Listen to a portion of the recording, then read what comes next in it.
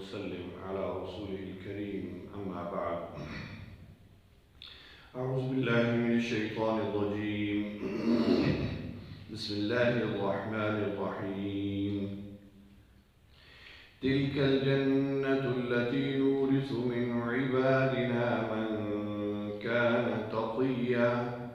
وما نتنزل إلا بأمر ربك له ما بين أيدينا وما خلفنا وما بين ذلك وما كان ربك نسيا صدق الله العظيم.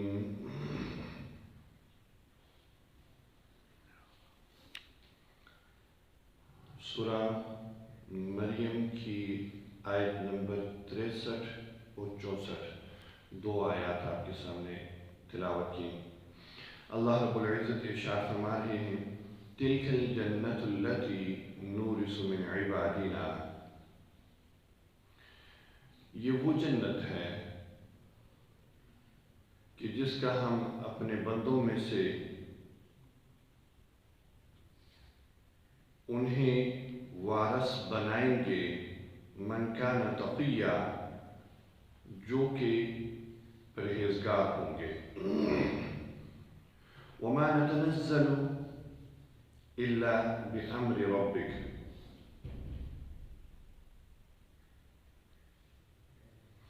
اور نہیں اترتے ہم مگر تیرے رب کے حکم سے. لہ ما بین ایدینا وما خلفنا، اور جو کچھ ہمارے سامنے ہے اور جو کچھ ہمارے اس پیچھے ہے، وما بین ذالک، اور جو کچھ اس کے درمیان ہے، سب اسی کا ہے. وما کان ربک نسیا، اور آپ کا رب بھولا ہوا نہیں ہے. گزشتہ آیات میں اللہ رب العزت نے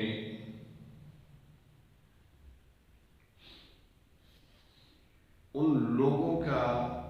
اور ان اعمال کا ذکر فرمایا کہ جو جہنم میں لے جانے والے ہیں،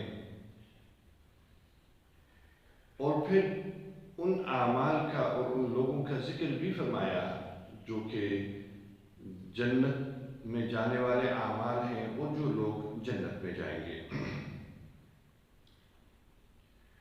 پھر اللہ رب العزت نے جنت کی نعمتوں کا ذکر کیا، جنت کے بارے میں بتایا، جنت کی تعریف، اس کی خوبی اللہ رب العزت نے ذکر فرمائی. آج کی آیات میں، پہلی آیت میں اللہ رب العزت یہ بتا رہے ہیں کہ یہ جو جنت ہے، جہاں جنتیوں کو ہر وقت ان کو سلام کیا جائے گا، اور جہاں ان کی پسند کی چیزیں انہیں صبح و شام ملا کریں گی، جس وقت وہ چاہیں گے اس وقت ان کو وہ چیزیں ملیں گی. اس جنت میں کون لوگ جائیں گے؟ پہلے تو اللہ رب العزت نے اعمال کا ذکر کر دیا کہ یہ کام کریں گے، توبہ کریں گے، ایمان لائیں گے، عمل صالح کریں گے تو وہ جنت میں جائیں گے. اب اللہ رب العزت مختصراً ایک لفظ اللہ رب العزت نے فرمایا، اور اس میں پورے کے پورے دین کو اس کے اندر اللہ رب العزت نے سمو دیا کہ جو یہ کام کرے گا گویا کہ وہ پورے کے پورے دین پر چلنے والا ہوگا اور وہی جنت میں جائے گا. فرمایا تلک الجنت التی نورث من عبادنا، ہم اس جنت کا وارث ان بندوں کو بنائیں گے من کان تقیا، جو متقی ہوں گے، جو پرہیزگار ہوں گے. ایک لفظ اللہ رب العزت نے فرمایا متقی. اب اس جو شخص متقی ہے وہ ہر کام کرے گا، اللہ کا ڈر جس کے دل میں ہے، حقیقی ڈر جس کے دل میں اللہ کا ہے، وہ ہر وہ کام کرے گا جو اللہ نے کہا ہے اور ہر اس کام سے رکے گا جسے اللہ نے روکا ہے، جو حقیقی متقی ہے۔ اور جس کے دل میں تقوی نہیں ہے تو پھر اس سے ہر برائی کی، ہر نافرمانی کی، ہر سرکشی کی توقع اس سے کی جا سکتی ہے۔ تو اللہ رب العزت نے جو جنتی لوگ ہوں گے، جنت میں جانے والے ہوں گے، ان کی خوبی بیان کر دی کہ وہ متقی لوگ ہوں گے، وہی جنت میں جائیں گے۔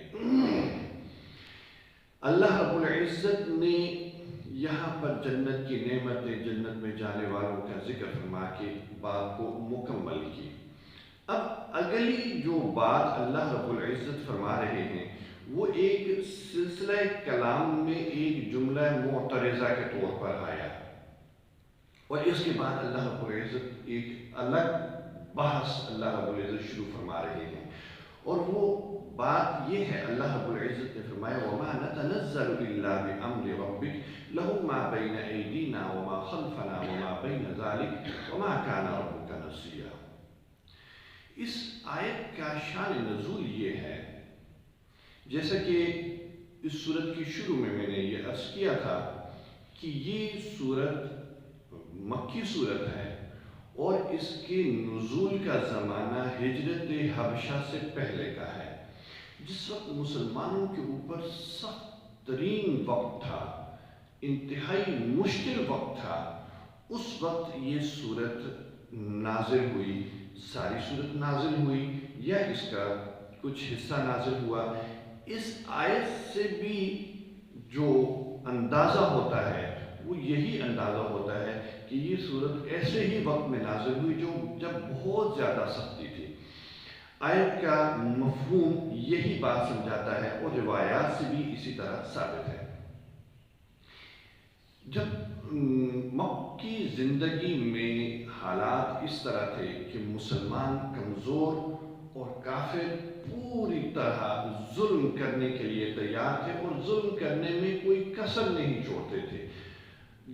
جو بھی ان سے بن پڑتا تھا وہ اس طرح کا وہ ظلم کرتے تھے، اور اس میں جسمانی اذیت بھی ہوتی تھی، ذہنی اذیت بھی ہوتی تھی، اور پھر طرح طرح کے سوالات کر کے پریشان بھی کیا جاتا مشرکین مکہ کی طرف سے، اور پھر جو نو مسلم ہوتے تھے کچھ ان کے بھی سوالات ہوتے تھے۔ اور ایسے وقت میں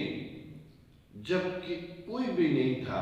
اللہ رب العزت کی طرف سے وحی آتی تھی، نبی کریم صلی اللہ علیہ وسلم کو تسلی رہتی تھی، تسلی ہو جاتی تھی۔ اور پھر جب ایسا وقت جب کہ انتہائی مشکل ہو اور لوگ ہجوم کر کے کھڑے ہوں اور پوچھ رہے ہوں، اور اس وقت وحی رک جائے اور جواب نہ آئے، تو انتہائی پریشانی کی صورتحال، ایسا وقت مسلمانوں پہ آ گیا، نبی کریم صلی اللہ علیہ وسلم پہ آ گیا کہ کچھ عرصہ کے لیے وحی رک گئی، وحی نہیں آ رہی تھی۔ نبی کریم صلی اللہ علیہ وسلم بے چین تھے، مشرکین مکہ کی طرف سے اعتراضات ہو رہے تھے، اور وحی رکی ہوئی تھی، جواب نہیں تھا۔ نبی کریم صلی اللہ علیہ وسلم اپنی طرف سے تو کوئی بات کہتے ہی نہیں تھے، جو اللہ کا حکم آتا تھا وہ بتا دیتے تھے۔ چنانچہ ایسے وقت میں جب وحی رکی ہوئی تھی اور آپ صلی اللہ علیہ وسلم بے چین تھے، تو ایک وقفے کے بعد یہ آیت نازل ہوئی۔ جبرائیل امین آئے، فرشتوں کے جھرمٹ میں اترے، آپ صلی اللہ علیہ وسلم نے فرمایا کہ ہم اداس ہو جاتے ہیں جب آپ نہیں آتے، غمگین ہو جاتے ہیں۔ تو اللہ رب العزت کی طرف سے یہ آیت نازل ہوئی وَمَا نَتَنَزَّلُ إِلَّا بِأَمْرِ رَبِّكَ،